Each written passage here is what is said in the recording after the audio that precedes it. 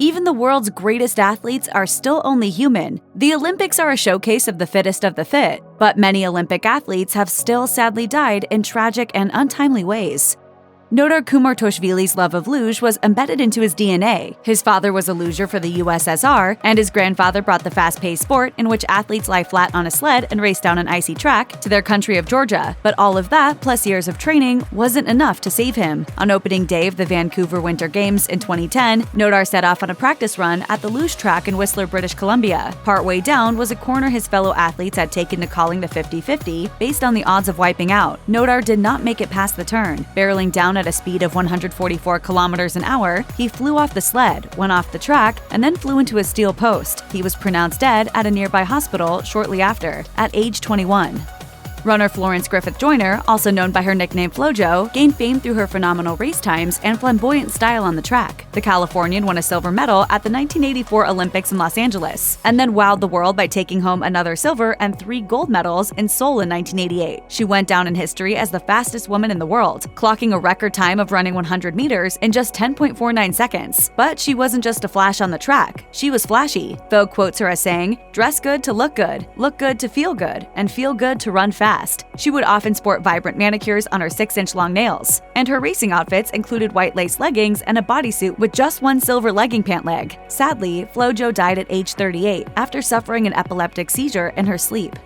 Bahman Golbarnezhad's life changed forever in the late 1980s, while he was a soldier in the Iran-Iraq War. Patrolling one night, the Iranian stepped on a landmine. The explosion left him deaf in one ear, suffering from partial vision loss, and also caused the loss of his left foot. But he didn't let his injuries limit him. He decided to take up cycling, and a decade later, he qualified for the 2012 London Games. He also qualified in 2016, and he headed to the Paralympics in Rio de Janeiro, Brazil. But on what was described as a mountainous stretch of the circuit, he suffered a cardiac arrest, crashed, and died shortly after. The cyclist, age 48, was the first athlete to die during a Summer Olympic competition since 1960. He left behind one son.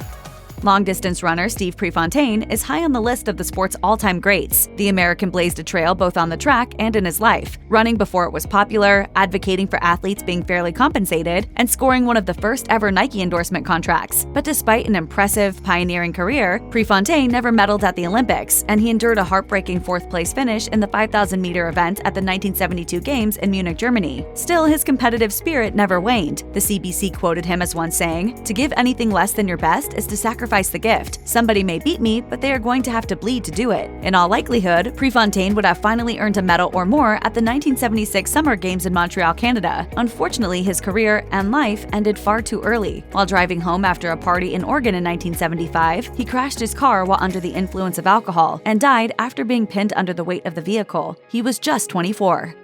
Kobe Bryant, one of the greatest basketball players to ever live, had a list of accomplishments that would make most professional athletes jealous. 20 years with the Los Angeles Lakers, 5 NBA championships, 18 trips to the All-Star Games. He had secured his legacy well before his tragic death in 2020. The Black Mamba, as he was also known, died instantly during a helicopter crash near Los Angeles at age 41. By then, he had also earned 2 Olympic gold medals. His first trip to the Games was in 2008 to Beijing, China. The Team USA roster was nicknamed the Redeem Team, a riff on the Dream Team moniker of the 1992 squad, and a reference to the country's utter collapse at the 2004 Olympics in Athens. Bryant proved crucial to the Americans reclaiming the top spot, sinking basket after basket in the final few minutes of a game against Spain. 4 years later, at the 2012 Games in London, the United States took gold again, with many of the same players, including Bryant, back on the court. Despite all of his achievements, the Olympics were different and special for Bryant. The official Olympics website quotes him as saying, "It was something that was very personal to us to put our country back on top. It's a different feeling playing for your country." In 1972, Palestinian terrorists took members of the Israeli team hostage during the Munich Games in Germany. Within a day, multiple athletes and coaches would be dead. In the early morning hours of September 5th, 8 armed terrorists, part of a group called Black September, hopped the 10-foot-high fence surrounding the athletes' village. They entered the Israelis' rooms and killed 2 people almost immediately. Police arrived and negotiations began. The terrorist demands were that Israel needed to release 230 Palestinian prisoners, along with members of a German terrorist group. Much of the communication between the Palestinians and the negotiators took place as the hooded terrorists stood on the balcony of the residence. The shocking event unfolded live, broadcast around the world. Eventually, the Palestinians took the Israelis to an airport, which they believed was the first step to having their demands met, but was actually a trap by authorities, as reported by the New York Times. A shootout ensued, and all the hostages and some of the terrorists were killed. The latest word we get from the airport is that, quote, all hell has broken loose out there. The 5 athletes were Joseph Romano, Zia Friedman, David Berger, Eliezer Haffen, and Mark Slavin. French swimmer Camille Muffat retired from swimming at the young age of 24, and why not? She had already landed an Olympic trifecta, winning a gold, silver, and bronze medal at the 2012 Games in London. The first 2 were for 400-meter and 200-meter solo freestyle events, respectively, and the third-place finish came as part of the 4x200-meter relay team. But she would never find out what the future held for her. She died shortly after, in 2015, while filming Dropped, a French survivor skills reality show featuring top athletes in Argentina. 2 helicopters carrying contestants, including the swimmer, hit each other, killing everyone on board. The accident was blamed on pilot error. Canada is known as a hockey-mad country, but one of its most beloved athletes on ice was actually a curler, Sandra Schmirler. The Queen of Curling was a 3-time world champion when curling made its debut as an Olympic medal event at the 1998 Winter Games in Nagano, Japan. She led her women's team to the first gold curling medal ever. The rising athlete was also a mother of 2 when she was diagnosed with cancer in 1999. Despite aggressive treatment, she died in March 2000 at age 36, leaving behind her husband and young daughters. Canada mourned as her funeral was broadcast live across the country.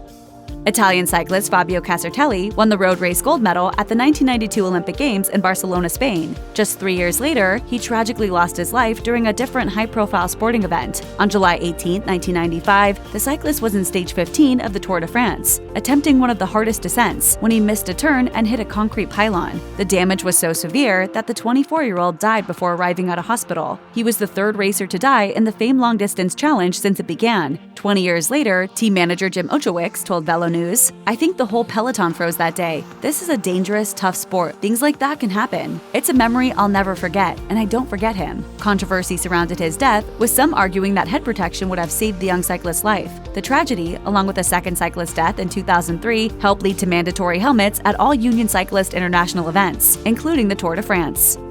At 26, Alexander Dale Oen was young, fit, and at the top of his game, just about the last person anyone would expect to die suddenly. In 2008 in Beijing, China, he became the first Norwegian to win a medal in swimming at the Olympics, a silver in the 100-meter breaststroke, and favored to win gold at the 2012 London Games. But that April, less than 3 months before the Olympics were to start, he died after what was described as a light training practice in Flagstaff, Arizona. Efforts to revive him were unsuccessful. The official cause of death was cardiac arrest, caused by a blood clot in a coronary artery. The Guardian reported that he had called his girlfriend earlier that day to say how eager he was to get home, writing, "Good night, my love. I look forward to sleeping next to you again."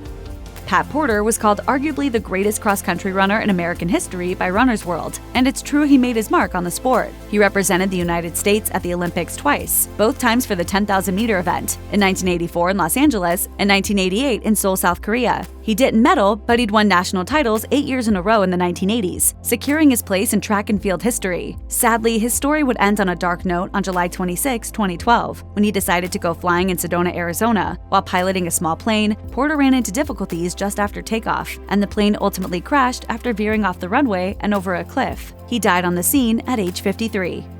Australian rower Sarah Tait competed in the Olympics 3 times. The first was when she was 21 at the 2004 Athens Games in Greece. She then went to Beijing in 2008 before taking time off to have her first daughter. She trained until just 3 weeks before her due date and started again just 9 weeks after delivery. She finally won a silver medal at the 2012 Olympics in London. Less than a year after the birth of her second daughter in 2013, Tait was diagnosed with cervical cancer. At age 33, she passed away from the disease. John Coates, International Olympic Committee Vice President, was among those who paid tribute to the rower after her death, saying, "The legacy she leaves for younger women who would like to pursue both motherhood and elite sport is truly inspirational." Authorities can't say for certain that Olympian Trevor Moore is deceased, but all evidence points in that direction. The American sailor is presumed dead after being lost at sea in 2015. He was last seen setting off on a solo sail from nearby Biscayne Bay. The U.S. Coast Guard initiated search and rescue operations after his 16-foot boat appeared without him at a Miami marina, suggesting he'd gone into the water, leaving personal effects behind. It is concerning because we know it appears he was on that vessel. If Moore did indeed meet his end on the water, it is a shocking end for someone who represented the United States in the 49er class sailing event at the 2012 London Olympics. Before the Olympic Games that year, Moore told WPTZ-TV, "I can't even explain to you what emotions and what it really means to be representing the United States. You're no longer representing yourself." The lifelong sailor came in 15th at the competition, racing in a boat named Wendy after his mother. According to the Washington Post, the lifelong sailor harbored ambitions of one day competing in another Olympic Games.